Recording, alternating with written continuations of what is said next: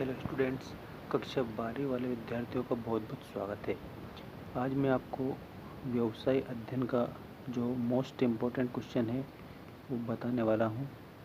इस वीडियो के माध्यम से आपको सभी मोस्ट प्रश्न आपको मैं बता दूँगा। आप इसे अच्छे से कंप्लीट करेंगे, एक एक क्वेश्चनों को याद करेंगे। सब्जेक्ट है आपका बिजनेस स्टडी। त्रैमासिक परीक्षा के लिए आपका ये जो वीडियो है ये मैं बना रहा हूँ। प्रश्न नंबर 1 से लेकर के तो 23 तक मैं आपको बताऊँगा। इस वीडियो में आपको सबसे पहले ऑब्जेक्टिव टाइप प्रश्न बताए जाएंगे और उसके बाद में जो मेन आपके जो प्रश्न है वो मैं बताऊंगा। तो अच्छे से आप इसको कंप्लीट करेंगे। एमपी बोर्ड क्लास 12 त्रैमासिक परीक्षा व्यवसाय अध्ययन। देखिए, इसमें पहला प्रश्न है, सही विकल्प चुनकर लिखिए। प्रबंध का पहला कार्य है, तो यहाँ पर आपको ऑप्शन नंबर 2 कंप्लीट करना है। इसमें नियोजन आप याद रखेंगे। प्रबंध का पहला कार्य नियोजन होता है। इसके बाद प्रबंध के सिद्धांत हैं, तो इसमें भी ऑप्शन नंबर 2 करेक्ट आएगा। गतिशील, प्रबंध के सिद्धांत गतिशील हैं। इसके बाद में आपको कंप्लीट करना है। नेक्स्ट देखिएगा, अच्छे से आप याद रखें कि क्वेश्चन को। रोजगार कार्यालय भर्ती का स्रोत है, तो आपके ऑप्शन है आंतरिक, बाहरी। आंतरिक एवं बाहरी दोनों, ये इनमें से कोई नहीं, तो ये बाहरी करेंगे। ठीक है, रोजगार कार्यालय बाहरी भर्ती का स्रोत होता है। इसके बाद में देखिए, नेक्स्ट क्वेश्चन आपके सामने आ चुका है। प्रबंध प्रक्रिया का अंतिम कार्य है, तो यहाँ पर याद रखना नियंत्रण, ये प्रबंध प्रक्रिया का अंतिम कार्य होता है। अच्छे से इसे याद रखेंगे। इसके बाद अगला देखिए, दीर्घकालीन कोष में सम्मिलित नहीं है, तो इसका आपको याद रखना है लाभांश सम्मिलित नहीं है। लाभांश होता है लाभ का अंश। ठीक, याद रखना, लाभ का अंश जो है इसे लाभांश बोला जाता है, तो इसका ऑप्शन नंबर बी करेक्ट होगा, मतलब 2 वाला। अगला देखिए, भारत में मुद्रा बाजार का नियंत्रण कौन करता है, तो भारत में जो रिजर्व बैंक ऑफ इंडिया है, जिसे आरबीआई के नाम से भी जाना जाता है, आरबीआई जो है ये मुद्रा बाजार का नियंत्रण करता है। ठीक है, ऐसे आपको याद रखना है। अब देखिए, रिक्त स्थानों की पूर्ति कीजिए। रिक्त स्थान अच्छे से आप एक रिक्त स्थान कंप्लीट करेंगे। पहला जो रिक्त स्थान है वो देखिएगा, टेलर के अध्ययन का केंद्र बिंदु खालिस्तान था, तो यहाँ पर आप श्रमिक याद रखेंगे, श्रमिक। इसके बाद भारत में नए आर्थिक सुधारों का प्रारंभ से किया गया, तो 1991 आएगा इसका करेक्ट आंसर। इसके बाद भारापर्ण सदैव की ओर रहता है, तो नीचे या अधीनस्थ रहता है, नीचे या फिर अधीनस्थ, ऐसे आप याद रखेंगे। पदोन्नति भर्ती का स्रोत होता है, तो जो पदोन्नति है ये आंतरिक भर्ती का स्रोत होता है। ठीक, याद रखेंगे अच्छे से उत्तर, ये आंतरिक भर्ती का स्रोत होता है पदोन्नति।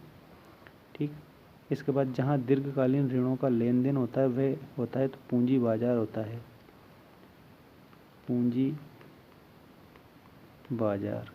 इसके बाद में नेक्स्ट देखिए, के द्वारा किसी भी उत्पाद को उपभोक्ताओं तक पहुंचाया जा सकता है, तो वितरण के द्वारा, ये इसका करेक्ट होगा। इसके बाद में आपको मैं बता रहा हूँ, नेक्स्ट जो आपके क्वेश्चन हैं उन क्वेश्चनों पर आप ध्यान देंगे। ये सत्य असत्य है, देखिएगा अच्छे से आप पूरा कंप्लीट करेंगे। नीतियाँ नियमों से भिन्न नहीं होती है, तो ये असत्य है, तो आप पहला लिखेंगे असत्य। अगला देखिए, उदारीकरण में उद्योगों को लाइसेंस लेना अनिवार्य है, तो इसमें भी आप लिखेंगे असत्य। नेक्स्ट देखिए, बजट गुणात्मक स्वरूप में व्यक्त किए जाते हैं, तो इसमें भी आप लिखेंगे असत्य। इसके बाद में निर्देशन व पर्यवेक्षण एक ही हैं, तो ये अलग अलग हैं, तो इसमें भी आप लिखेंगे असत्य। इसके बाद समता अंशधारियों को कंपनी में मताधिकार का अधिकार नहीं होता है, तो इसमें भी आप लिखेंगे असत्य, क्योंकि उनको मत देने का अधिकार होता है। और लास्ट वाला देखिए, विपणन प्रबंधक ग्राहक उन्मुखी होता है, तो इसमें आप लिखेंगे सत्य, मतलब सभी असत्य है, सिर्फ यही सत्य है। अब मैं जोड़ी बता रहा हूँ, जोड़ी अब देखिएगा, कंप्लीट याद करेंगे सारी जोड़ी को, देखें आप अच्छे से इसको और याद रखेंगे। प्रबंध के जनक, तो इसमें आप फेयोल लिखेंगे, प्रबंध के जनक फेयोल, जो कि आपका ऑप्शन नंबर रा में दे रखा है। सरकारी प्रतिबंधों से मुक्ति, तो उसको उदारीकरण बोला जाता है, इसके आगे आप लिखेंगे उदारीकरण।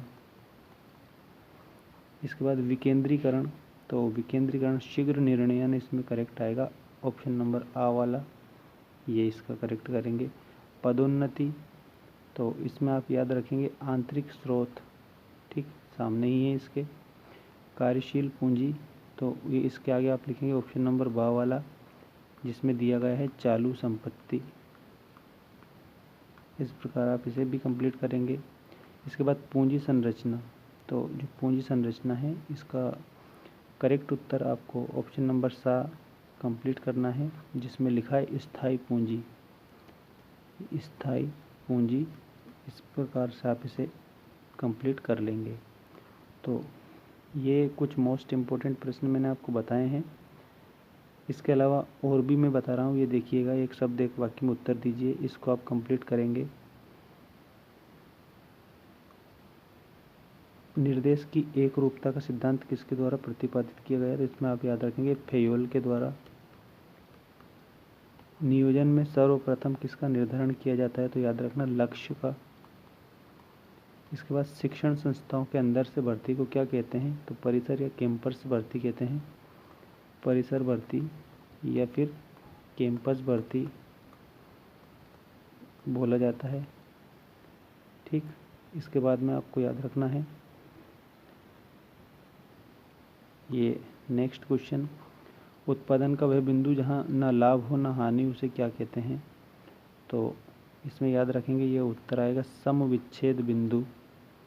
स्थायी पूंजी को प्राप्त करने का मुख्य स्रोत क्या है, तो अंश पूंजी है। और स्थायी संपत्ति को क्रय करने के लिए कौन सी पूंजी प्रयुक्त होती है, तो दीर्घकालीन पूंजी। दीर्घकालीन पूंजी आप इसमें याद रखेंगे और लिखेंगे अच्छी तरह से, क्योंकि यही आपका करेक्ट उत्तर है। तो ये कुछ मैंने मोस्ट प्रश्न आपको बताए हैं। इसके बाद नेक्स्ट वीडियो में और भी आपको क्वेश्चन देखने को मिलेंगे।